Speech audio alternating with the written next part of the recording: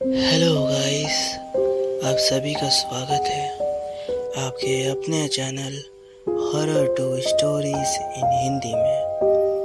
अब चलिए बढ़ते हैं आज की अपनी कहानी की ओर। मनोहर का घर पुराने कब्रिस्तान के पीछे था और उसके घर के छत से वो कब्रिस्तान अच्छे से दिखता था। वह रोज उस कब्रिस्तान को पार करके ही अपने काम पर जाता था।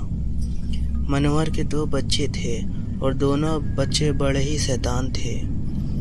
बड़े बेटे का नाम रॉकी और छोटे बेटे का नाम विकी था। एक बार गर्मी की छुट्टियों में रॉकी और विकी की बहन सोनिया भी आई हुई थी। तीनों मिलकर रात के लगभग 12 बजे एक रूम में ट्रूथ और डेयर खेल रहे थे। रॉकी सोनिया से पूछता है कि तुम ट्रूथ लोगी या डेयर। सोनिया डेयर लेती है और पूछती है, तुम लोग कुछ खतरनाक करने के लिए तो नहीं कहोगे ना। रॉकी इसी में बोल पड़ता है, ये हुआ ना बात। तो जाओ अब छत पर से घूम करके आओ और छत पर रखे गमले में से फूल तोड़कर लाना, तभी हमें पता चलेगा कि तुम छत पर से आई हो। सोनिया कहती है, छत पर से तो कब्रिस्तान दिखता है ना। नहीं नहीं, मैं नहीं जाऊंगी। रॉकी और विकी दोनों सोनिया को छत पर जाने के लिए ज़बरदस्ती बोलते हैं। सोनिया छत पर जाती है और जैसे ही गमले में लगे फूल की तरफ पड़ती है तभी उसकी नज़र कब्रिस्तान की ओर पड़ती है। कब्रिस्तान में एक बड़ा सा सूखा पेड़ होता है। वह देखती है कि उस पेड़ पर एक सर कटी हुई उल्टी लाश लटक रही है। सोनिया उसे देखती है और जोर से चिल्लाती हुई बेहोश हो जाती है। फिर जब सोनिया बहुत देर तक छत पर से नहीं लौटती तो रॉकी और विकी दोनों डर जाते हैं और वह छत पर जा करके देखते हैं तो पाते हैं कि सोनिया बेहोश पड़ी है। वो तुरंत मनोहर को बुलाते हैं और सारी बातें बताते हैं। मनोहर बोलता है, तुम तीनों को ऐसा खेल खेलने की ज़रूरत क्या थी। और रॉकी, तुम तो जानते ही हो कब्रिस्तान के बारे में कैसी कैसी खबरें आती हैं, फिर भी तुम सोनिया को रात में छत पर जाने के लिए क्यों बोले। रॉकी मनोहर से बोलता है, सॉरी डैडी, मुझे उससे गलती हो गई, हम आगे से ऐसा नहीं करेंगे। मनोहर बोलता है, और फिर कभी दोबारा ऐसा काम किया तो तुम दोनों को उसी कब्रिस्तान में छोड़ आऊँगा। अच्छा सोनिया बेटी से बताओ, तुमने वहाँ ऐसा क्या देख लिया था कि तुम वही बेहोश हो गई थी। सोनिया सहमी हुई हालत में मनोहर को सारी बात बताती है कि उसने क्या देखा। मनोहर ने उस कब्रिस्तान के बारे में ऐसी खबरें पहले भी सुनी हुई थी, इसलिए वह सोनिया को डांटता नहीं है और बच्चों को संभल कर रहने की सलाह देता है। एक दिन मनोहर को काम से छुट्टी मिलने में देर हो जाती है और उस दिन उसे ऑटो भी नहीं मिलता। वह पैदल ही घर की ओर चल पड़ता है। इधर विकी और रॉकी दोनों आपस में बात करते हैं। रॉकी, विकी, तुमने क्या लगता है सोनिया ने जो कहा वो सच है? मुझे तो लगता है कि वह सिर्फ बातें बना रही है, वो उसका भ्रम होगा। विकी उसी में बोल पड़ता है, अरे नहीं भाई, तुमने उसकी हालत नहीं देखी, एक दिन भी यहाँ रुकने को तैयार नहीं हुई। मुझे लगता है कि उसने सच में कुछ देखा है। रॉकी बोलता है, चलो हम कब्रिस्तान में जाकर खुद ही देख लेते हैं। विकी उसी में बोल पड़ता है, अरे भाई तुम पागल तो नहीं हो गए हो?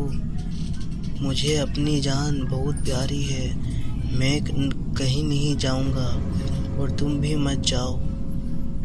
विकी के मना करने के बावजूद रॉकी नहीं मानता और वह अकेले ही कब्रिस्तान की ओर चल देता है।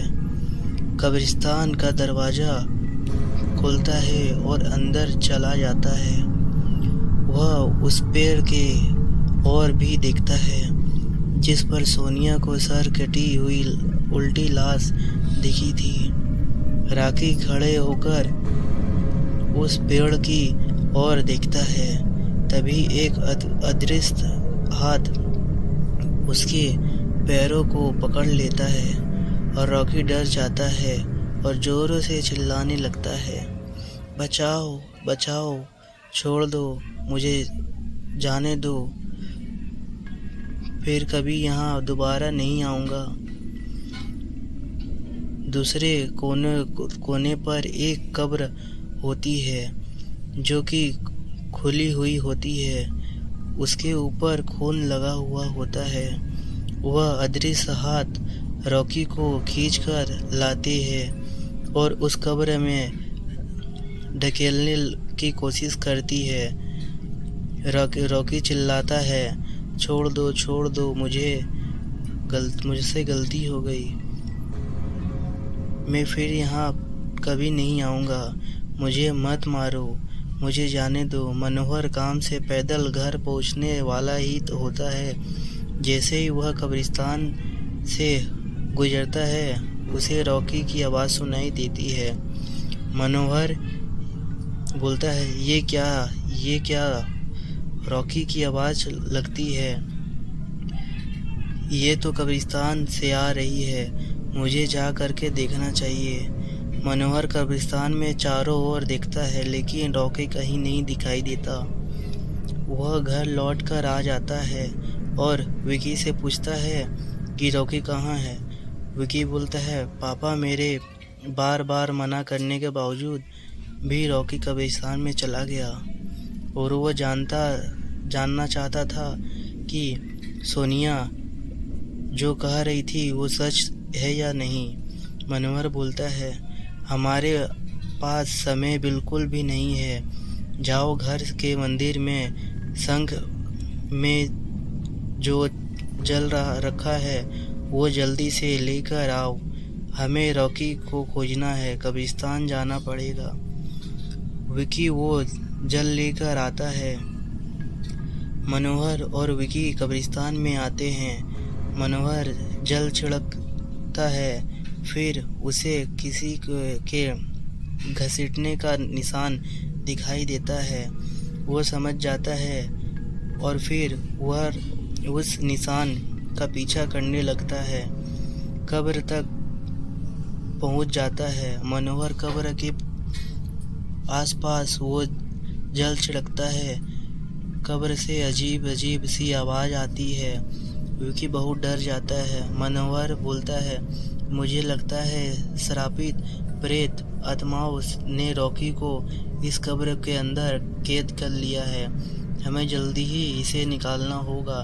तुम ये पवित्र जल आसपास छिड़कते रहो, इससे हमें वो प्रेत आत्माएं कोई नुकसान नहीं पहुंचा पाएंगी।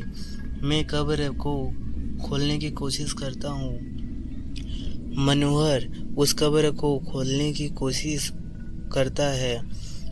अंत में वह कब्र खुल जाती है। उसके अंदर रॉकी लथपथ बेहोश पड़ा रहता है।